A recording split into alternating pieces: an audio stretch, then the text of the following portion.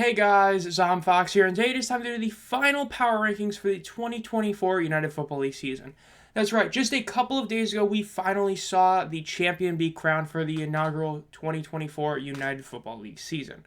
And while the champion wasn't really a shocker, the way we got here was some teams like the Browns and Panthers went from being bottom feeders, at least that's what we expected them to be, absolute trash this year, to ending up being 7-3 each. The defending XFL champions falling to 3-7, but a 3-7 that really wasn't even 3-7 in a sense of how good they were. The defenders somehow finishing at 4-6. Whatever the hell the Roughnecks and Showboats were, it was a wild season. So we're finally going to be looking at the final power rankings of the week. Now just a quick heads up, you can skip like 30 seconds ahead if you just want to get the power rankings. The upload schedule for this week is going to be like normal. Today, naturally Tuesday, it's power rankings, and tomorrow should be the championship review. Then probably Friday is when I'm going to have my video about going to the championship game, my experience there, and my, live thoughts on it and all that kind of thing. So that'll be on Friday. So if you end up enjoying this video and you're not already, make sure to subscribe to the channel. And without further ado, let's get started with number 8, as we do have one really big shocker in this list, but number 8 is not in the Houston Roughnecks. I mean, again, it's just like last time. There's no one else you can really put here. We pretty much these the bottom 4 teams, or at least bottom 3, are basically exactly what we've talked about in the past, couple of weeks.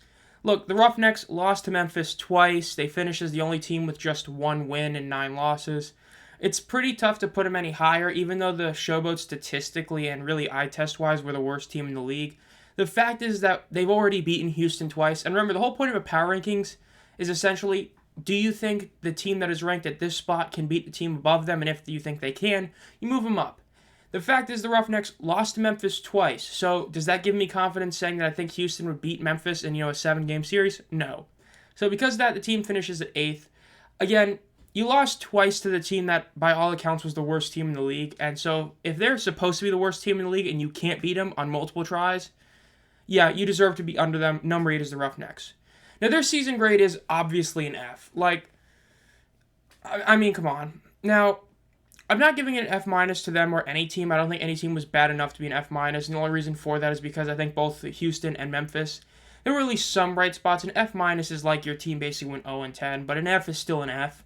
The only reason it's not an F-, Thompson did miss a lot of time we didn't expect him to. It took him a while to get, going. They did have that end of the season run where they looked decent, even though, again, they still lost Memphis in the penultimate Tank Bowl game. They still had a run of form that actually looked decent for part of the year. And again, injuries did hurt them a lot, but some things were disappointing. The defensive line was not as good as we expected it to be. It took them till their third QB to actually have a legit QB1. Again, Houston deserves this spot, and they deserve to have a season grade of F. They couldn't even win more than 1 game, F. Number 7, the Memphis Showboats.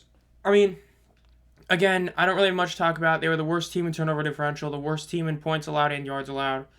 They were the worst team in yards per game on offense. Again, it's one of those things that's really hard to, add anything to it. The fact is they beat Houston twice. Could you call them fluky games in the sense that, you beat that team twice? Hell, maybe you can, but they still beat them both times. They both were pretty decent wins. Even though week 1 had a couple of weird moments. Again, Memphis is clearly better than Houston because they beat them twice. This wasn't, 2 of 2 games where they were both like, oh man, I can't believe they won. Especially the second one. I mean, Memphis basically controlled that game for the most of it, and Houston just kind of stuck around. Yeah, Memphis, if it wasn't for the fact they lost to Houston or they beat Houston twice, they'd easily be the worst team in the league. But you got to give some credit where credit is due in terms of winning games, and this is one of those where you have to. You did beat a team twice. Yes, they're your only 2 wins. But if your only 2 wins are against a team that is still one of the worst teams in the league, then you jump them for not being the worst in the league, is I guess the best way to put it. Their season grade is an F. It's only not an F- because you did get the number 1 overall pick. You did sweep Houston. If you didn't, you would have gotten that awful F-. Look, your offensive line was a horrific, just a nightmare, and you never tried to fix it. I mean, I can't really say anything else aside from that. You had a problem, you never addressed it until it was like week 8, and then when you finally didn't, it actually looked a teeny bit better. It didn't look great, but it still looked a bit better. It was far too late. I mean, at the end of the day, you had a lot of talent. You had good receivers. You did have QBs that, talent-wise, are great, but performance could only do so much behind the O-line. Same with your running back, who ended up being Sportsman of the Year, Darius Victor. Your defense wasn't able to play in over the head like they were last year, and because of that, you finished with 2 wins and 8 losses. Second worst team in the league goes to Memphis. Number 6, the DC Defenders. Again, 4-6 record, Still don't know how they got 4-6, honestly. It just, if you were to tell me one season that was totally forgettable this year, it's DC. I mean, DC finished on the lower end of a lot of the key stats. Third down percentage, they were one of the worst. Points allowed, they were among the worst. But they weren't, the absolute bottom of the league. Then their yards per game was very mid, but even then it wasn't among the elite. The fact is you won 4 games, but those 4 wins came against the Roughnecks, Renegades on a last-second field goal, and the Showboats. And then you did get that one shock win against San Antonio. So of your 4 wins, Arlington and San Antonio both look impressive, but even then with Arlington, it took a last-second field goal and a miracle comeback to get that W. Your Week 1 loss, as I said before, is still one of the best games they played. That game was, you could argue, the best game they played all season, in all honesty, when you consider the fact that, basically, unless you're Houston, Memphis is a free W. And that Week 1 game, it took Gene DeLance basically throwing the game and a miracle, punt touchdown to get San Antonio the win. But aside from that, it's like, the Birmingham game, Birmingham gave you a free win, and as I've said, I've joked about before, you said, nah, I'm good. Right? They literally fumbled the ball twice in the red zone. They gave you a golden opportunity at the end of the fourth quarter to win the game, and you decided to kick a field goal when you knew damn well that Birmingham was just going to go downfield and score on you. The St. Louis 45-12 game. St. Louis was basically down to like 2 healthy guys, 2 injured guys, and a backup as their O-line in the fourth quarter, and you couldn't put up any points on them. And you couldn't even really stop their offense either. The Michigan game, you guys got beat. The St. Louis rematch, you lost to Manny Wilkins. And in the last game of the season, Arlington, once again, did everything they could to hand you the game. Luis Perez had one of his worst halves all season. There was that insanely stupid safety that Manigo got, and you still lost that game.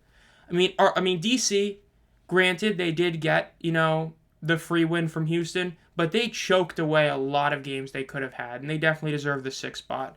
Now, their season grade is going to be a D+. Look, I get it. As I've talked about before, losing Abram Smith to the season-ending injury was a huge deal. Losing all your receivers to the NFL from last year during the offseason process hurt a lot. But again, this team had so many games that were truly winnable. This wasn't like Arlington, where Arlington, a few of those weeks, it just felt like the other team, just was a little bit better at the fourth quarter or something. DC just had games given to them, and they just didn't take them. Whenever Arlington lost, it wasn't because they gave the game away, it's because they just kind of choked. I'm saying the same thing, but if you watched both these teams all year, you know what I'm saying. Like the Birmingham game, DC should have won that, and they didn't. The Arlington game in Week 10, they should have won it, and they didn't. The only one, so it's just, they easily could have been 6-4. In fact, they easily could have been 7-3. They weren't. And unlike Arlington, where I think Arlington genuinely would beat most teams in a 7-game series, I don't look at DC that way. I think DC got really lucky a lot of games, and they still couldn't pull it off. There was a lot of bad coaching moves there with terrible challenges and timeouts by Reggie Barlow. There was terrible decision-making. The fact that Teamu started every game this season for some reason. It just, nothing worked really all that well. So they come in at 6. Number 5 is the St. Louis Battlehawks.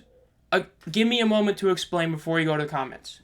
The power rankings are based on, at this moment, right now, if these two teams, if you were to play a game or play a series, a best of 7 series, if a team is at 5 in the power rankings, that means you think they would win 4 games out of 7 against the spots number 6, 7, and 8. Vice versa, you think they lose a 7-game series to the teams above them. I do not think at this moment St. Louis could beat 4 teams in the league. I think they can beat 3 of them, not 4 of them. Why? Why do I think that way? Well, look how they finished the season. Their final 5 games of the season were horrific. Okay? Now, let me take that back. Your first game against Birmingham was not horrific. That was a legit game. I know people say AJ got hurt, hurt them a lot, which it did. In the end, Birmingham still gave you a golden opportunity to win that game. You had the blocked punt that Chris Garrett had, which essentially got him Special Teams Player of the Year award, and you did nothing with it. Bruce Gradkowski, the worst coordinator in the entire league, offensive or defensive. For all the talent he had, he basically didn't use any of it. AJ McCarron wasn't, statistically was very for a lot of the year because of the fact that his play calling was terrible, but also because, especially at the end of the season, he just did not play well. Yes, I get he had the injury. But again, if you were to tell me that this team were to play the team at 4, which we all know is the Renegades right now, Arlington would beat this team in 7 games. Look, I know people are going to say, well, the Week 9 game was against Manny Wilkins. It wasn't even really a 14-point game, which is true. Like I've said, even during that game, it became a 14-point game with a pick six with 2 minutes left in the game. The point is, though, A.J. McCarron playing basically on one leg is not that much better than Manny Wilkins. You know how I know that? The 2 games against San Antonio were horrific. Look, the first game, they got lucky.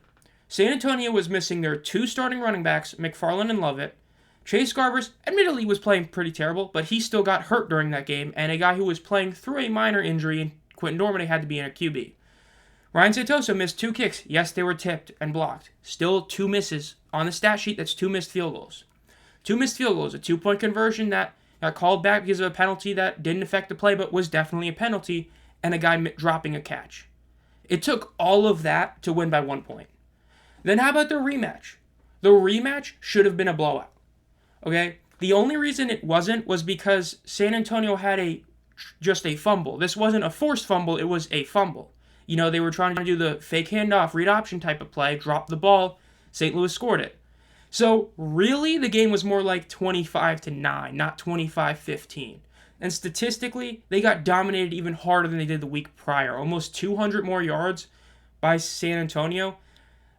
And I mean, that's even with San Antonio having 1 more turnover. So, St. Louis won the turnover battle and still didn't do anything. It's just, the final few weeks of the season, St. Louis looked really bad. There was that, 4-week stretch during the middle of the season where they looked so dominant.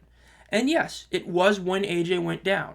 But again, I'm not going to say that, I'm going to put him at 4 because a healthy AJ would win. If they were to play now, this Battlehawks team would lose to Arlington in a best-of-7 series. They would. The fact is, Arlington barely lost to them the first game. Remember, it took a last-second field goal for St. Louis to beat them. And that was an Arlington team that wasn't as good as they were at the end of the season. And then when they did get the rematch, yes, it was Manny Wilkins, but remember, Wilkins had just come off a W against DC. Arlington beat them. They beat them. They were the better team that day. So because of all that, I have to put St. Louis at 5. And I'm going to be honest with you guys. I purposely didn't know what I wanted to do with them until I saw the championship game. What we saw happen to San Antonio in the championship game did affect this ranking. If San Antonio had gone on to just pwn the Stallions, then I wouldn't have these 2 losses be such big deals. But the fact that we look at the end of the season and we say that, yes, Arlington did lose to San Antonio twice this year, but again, St. Louis, the last 2 games of the season were both basically losses. And even then, I would argue that the game in Week 8 that Arlington had against San Antonio, which they statistically got beat pretty bad, was still better than either game St. Louis put up against them. So again, I know it's a hot take, but if you were to tell me right now that the Renegades and Battlehawks were going to play a best-of-7 series, or we're going to play 10 games, I would bet almost everything I have that Arlington wins more than half those games. A.J. McCarron, the last few weeks, whether it's the play calling, whether it's just the eye test, did not look good. Yes, he is playing through an injury. He did not look good. At the end of the day, you judge a player by being on the field. You use the injury as something that, says, hey, this is why he played bad. He still played bad. AJ did not play well the last couple weeks of the season. This wasn't just bad play calling. AJ himself didn't play all that great. So, I mean, even Akeem Butler, for how incredible he was, he did have a few drops. Were they drops and spectacular catches? Yes. Not all of them, but some of them could have been insane catches. So it's like, you can't really knock him that hard for the drops. But the point is, they got beat handedly in the playoff game against San Antonio and would have gotten obliterated the week prior had San Antonio been healthy. I think we saw, especially in the playoff game, that what I was predicting was true. If just one of the 2 running backs were healthy in that Week 10 game, San Antonio wins that game by 10. And especially when you talk about the fact that both those games were in St. Louis, and the one win they had with Manny Wilkins was also in St. Louis, I mean, come on. You had a home field advantage and still lost those games. Or you lost the one game, you barely won the other 2, and one of them you shouldn't have won.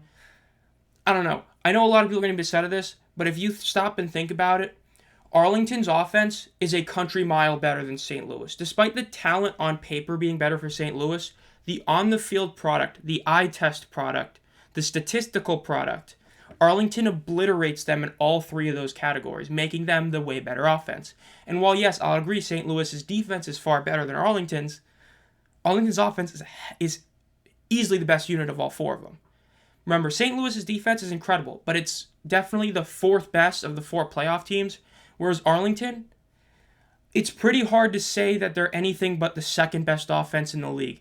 You could argue that with a certain QB, like if you're really high in Bryce Perkins, you can argue Michigan's better, but Arlington's offense is at worst the third best unit in the league, whereas St. Louis's defense is at best the fourth best unit in the league.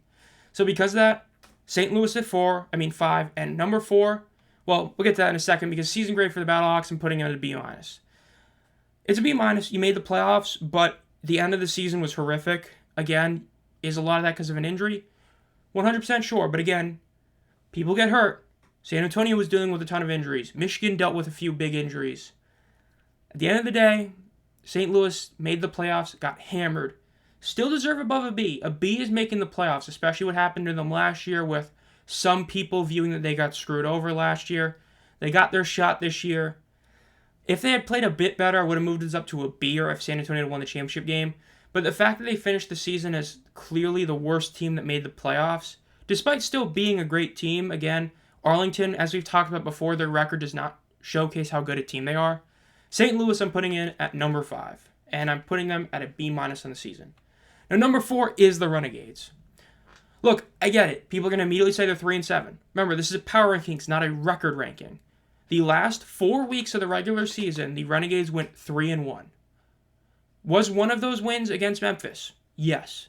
But you know what they did to Memphis? They hammered them. Their one loss was to the Brahmas by 5 points.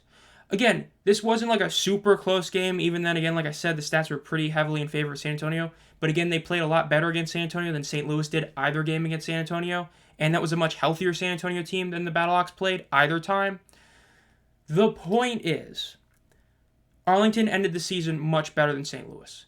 Their win against DC really shows that. Again, that was just like the Stallions game against them. Arlington did everything in their power to lose that game. You had the multiple interceptions in the first half by Perez. You had the Juwan Manigo, whatever that safety was. And Arlington still got the win. And it still was a pretty easy win. Even though it was a 1-point game, it was still one of those where like you were not shocked at all that Arlington pulled off the W. And in terms of the stats, you know who tied with the Stallions for the best turnover differential in the league above St. Louis? The Renegades. You know who finishes the best team in third down percentage by a pretty wide margin, especially compared to third place?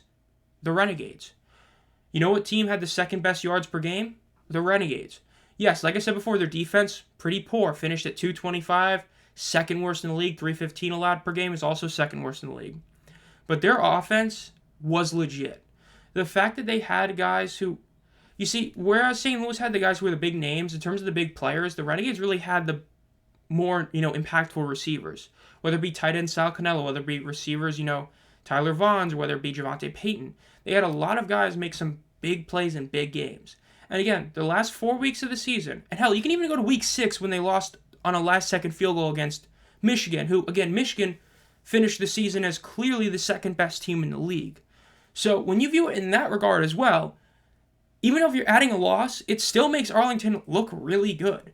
Arlington finished the season having lost to a last-second field goal to a really good Michigan team that, again, was also a healthier Michigan team they would end up being. Obliterated the Showboats, who did have a couple games where they gave some teams a decent fight. They did lose to San Antonio by 5, but they overall played better in that loss than St. Louis did even in their win against San Antonio in Week 10. Then, speaking of St. Louis, they beat St. Louis in Week 9. Was it against Manny Wilkins? Sure, but is injured McCarron really that much better than fully healthy Manny Wilkins? I wouldn't say so. Yes, McCarron is a far better passer of the football than Manny Wilkins, but Manny Wilkins on the ground was a monster. And then Week 10, they did everything they could to lose and still pulled off the W against DC. I mean this. They legitimately could have pulled it off again. If you would have put them right in the playoffs instead of St. Louis, genuinely, I think they might have won the championship. Well, let me take that back. With how good Birmingham played in that championship game, I think even a fully good Renegades team still loses to that. But if you were to put the Renegades in that playoff game against San Antonio, I do think they pull off the W. If you were to just plop them in there. But I'm not going to put it above San Antonio because, again, we can't know that for sure. But I can know for sure that if Arlington played St. Louis in a 7-game series, they beat them. So because of that, Arlington at number 4. That still doesn't save them from their season grade being a C-. You did miss the playoffs after winning a championship. I mean, come on. Yes, a bunch of those losses were close, like last-second losses to St. Louis early in the season, to DC earlier in the season, to Michigan. Even the Stallions game in week 1, everybody agrees that if it wasn't for that insane last second at the first half TD that the Stallions put up, Arlington probably wins that game. There were a lot of games Arlington barely lost. And yes, it did hurt. It made the fourth quarter look pretty rough. It made people think about how good they are at closing games. In the end, though, they still were a really good team. So they're not going to be put in the D for their season grade, but I'm going to give them a C-. It's hard to really knock them too much because, again, I don't think we've ever seen a team, at least in recent memory, even in the NFL, that had such a bad record that really looked that good. I mean, there's probably a couple examples, but compared to this Renegades team, I don't think so. Even the Maulers last year, which would be the only one you kind of could, the Maulers last year have the difference of you went from James Morgan to T-Will, and when you went to T-Will, the team looked so much better. Whereas the Renegades, they were just the Renegades all season, and they were the same team. This wasn't the Maulers who, if you get starting from week 3, they look decent. The Renegades, starting from week 1, they're the same team as they finish. So, with that, Renegades at 4 above St. Louis. I know it's a hot take. I'm sticking to it. Number 3, San Antonio Brahmas. The Brahmas move up 1 spot to the 3 spot. Look, my entire argument for them being at 4, my entire argument for them not being the St. Louis, was because I thought that there was no way that all their guys are going to be healthy. Well, guess what? They were all healthy, and even though it was in St. Louis again, they just absolutely hammered them. The Battlehawks got crushed. Now, the championship game, they got crushed. I take that back. They didn't... Crush is, a bit too... It doesn't actually describe... They got obliterated. I mean, 25-0, yes. The first half, up until that Stallions TD, was a true defensive battle of no team doing really anything. As soon as that TD happened, it was over. You just knew in the stadium it was done, especially when Birmingham would go on right back out to score another touchdown, and then would get the fumble from San Antonio and score another touchdown. It was over. Look, you got shut out in the championship game. As I was tweeting about it, fun fact, heading into this game, no team in modern spring football playoff history had ever scored less than 10 points. Never. San Antonio got shut out. This is the lowest points scored in any spring football playoff game in the modern era. That's horrific. And I mean, they did finish with a couple of stats that also weren't that great. Their third down percentage is pretty poor. Their turnover differential is really poor. Their points allowed, their defense, incredible unit. Arguably the best in the league. The only one that has an argument is really Birmingham. Now, the yards per game was actually decent. It was 4th in the league. But again, why are you at number 2 or number 3, not number 2 or 4? Well, again, even though I think that if they would have played a metaphorical or, a random playoff game, I think Arlington probably wins it. I don't know that for sure because this defense is incredible. And I think that overall with San Antonio, they were so much clearer. They were just trying to word this perfectly. They were so clearly better than St. Louis. To all the people saying it was a fluke, I mean this in the nicest possible way. Even a healthy AJ McCarron is not winning against the San Antonio team. Again, that 1 week, the Week 10 game, they were missing their 2 starting running backs. AJ was playing on 1 leg. That is equal. I know some people try to argue it's not. It is. San Antonio does run the ball. They are a team that does utilize the running backs even in the screen game. They utilize running backs a lot. That is an even playing field. And they were the better team. It took a bunch of really fluky, stupid errors for St. Louis to barely win that. Then you gave them the healthy running backs, and they hammered them. A healthy AJ is not doing much of a difference because if you want to be that way, we'll also say, well, then let's take off the fumble TD.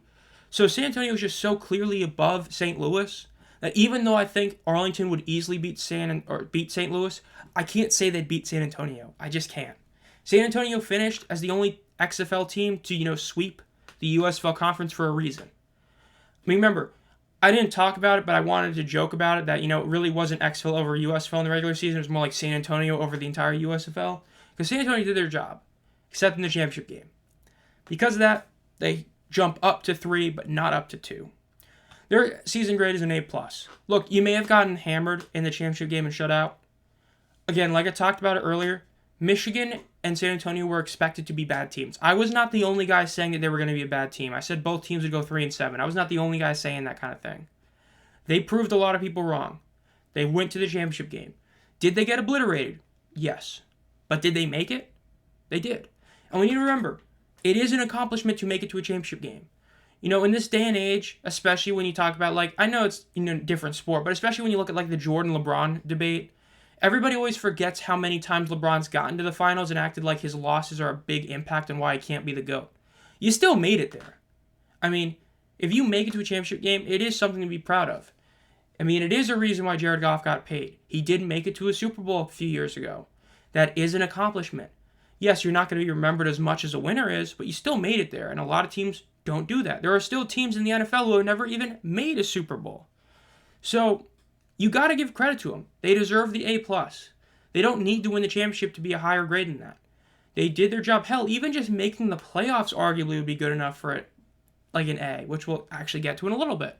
So because of that, they get an A+. They deserve it. Incredible team, incredible job. Just couldn't get done in the championship game, but still deserve this. Number 2 is the Michigan Panthers. I don't think anyone's going to be upset at this because of the fact that they at least were the better team for one half. Well, I'd say about 3/4 of a half.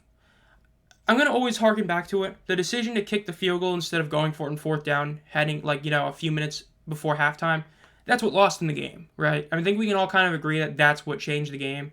They never scored after that point. It was just a terrible decision to kick it with a kicker that's not super accurate when he's already made 4 field goals. And then after that, of course, Birmingham would start their now iconic, damn near, in fact, it might have actually hit 100 minutes straight of 0 points being scored on them, which is just unbelievable. But overall, Michigan actually finished pretty damn good in a lot of stats. They weren't the best in the league, but they finished literally even on turnover differential. They had 0. And in fact, they had 6 picks, and they threw 6 picks. They had 4 fumble recoveries. They lost 4 fumbles, which is hilarious. Yards per game, they had a really solid 4.8 yards per rush, 6.6 yards per pass, over 300 a game. Third down percentage was actually the 4th best in the league, and even their defense was 4th best in points allowed and 4th in yards. But even then, when you consider the guys that got hurt, overall, it was still a really good unit. You had Breland Speaks, who won DPOY, and Kinda Cool was basically the 2nd best defender in the league this year. So, come on. And again, their game against Birmingham was much better than San Antonio. That's the easiest way to why they're going to be above San Antonio, right? The end of the season, they were really solid. They did lose to Birmingham in Week 10 on a last-second field goal, and then they lost, that they missed, and then they lost in the playoff game. But again, they put up more of a fight than San Antonio did. They at least put up 18 points and actually had a lead early in the game. They did choke it, but they did have a lead, and they did actually, play very well for a decent part of the game. Because of that, they come in at number 2. Not much else to say. Now, their grade is going to be an A. Why not an A+? Why not a A- or something? Just an A. Look, you made it to the playoffs, and I would imagine, I haven't checked for sure at the time of recording this, but I'd imagine you're pretty much universally viewed as the 2nd best team in the league this year. Again, just like San Antonio, you had nobody really expecting you to be good. You made the playoffs, and you gave them a decent fight in back-to-back weeks. You did. Yes, the Week 10 game Birmingham was not the same Birmingham that would be the second half of the UFL or USFL championship game and then the entire UFL championship game, but you still gave them a fight both times. You can't really be mad at that. It was a good season. They deserve the A. They may not have made it to the championship game, but they gave the champions their, you could really argue the 2nd best fight a team has in their entire playoff run. One of the New Orleans games was in the 2023 USFL championship game was maybe, but even then I would say this is probably the 2nd best fight they've gotten. Naturally, we all know what number 1 is, as I tweeted out, the 2022 Philadelphia Stars team that legit gave it to the wire. So, again, they've played 6 playoff games, and you gave them probably the 2nd best fight of all of them. You deserve A. Number 1, the Birmingham Stallions. Come on. Come on. Again, I'm not going to go, they're number 1. What else am I going to say? You want me to show they were the, number 1 team in rushing yards, number 1 team in yards per game, the 2nd best third down percentage? Doesn't matter. They went 11-1 this year when you include the playoffs. They lost 1 game in Week 9, just like they did in 2022, and they went on to win the championship, just like they did in 2022. They are a dynasty. I know some people are trying to act like they aren't. They are a dynasty. They won 3 straight championships. They are a dynasty. It is 3 straight championships, not conference. It is legit championships. If you don't view it as 3 straight championships, not to be that guy, but you are kind of just being a hater to him. The fact is that there was like maybe 1 week during the 2023 season where anyone actually thought the Defenders were a better team than them. Literally 1 week. For the most part, it was clear throughout the entire 2022 season, 2023 XFL, and USFL season, and this year, that they were the best team in the league. I'm going to say, I had a lot of takes this year that were wrong. The Brahmas, the Panthers being good, are being bad. I was wrong on those. I had some that were right. Dormade was not as good as people said he was. One thing that I said from day one, you cannot move Birmingham off the number 1 spot unless they A, lose back-to-back games, or B, get absolutely obliterated. Not beat by 10, obliterated. Unless those 2 things happen, you cannot move them out of the number 1 spot. This is why. They had multiple weeks they should have lost games. They didn't. They had multiple weeks where they dominated their opponent, and it was great. They even played terribly and lost a game. They were still clearly the best team in the league, and they proved it this game. This is exactly why I picked Birmingham to win. I didn't think they were going to obliterate San Antonio, but I did pick them to win because I knew they were going to go out for revenge. They were not playing this game just to win a championship. They were playing it to get revenge on the Brahmas, to win a game against every team in the league. That's what this meant for them. They pulled it off. They're 3-time straight champions. They're going to be the favorite next year no matter who leaves, who signs, no matter what happens. They will be the favorite next year. Skip is probably going to keep staying, and they're going to keep winning. Will they win a 4th straight championship? We'll see. But they're number 1. There's end of season grade, A+. You went 11-1, won the championship. Not much to say. You deserve the A+. So with that, that'll do it for my final power rankings of the 2024 UFL season. Let me know down below what you think of my rankings, what yours are. Again, I know the St. Louis pick is a bold one. I know a lot of people are going to be upset about that. But again, the power rankings are on a if they were to play right now basis, and I do think Arlington would beat St. Louis if they played right now.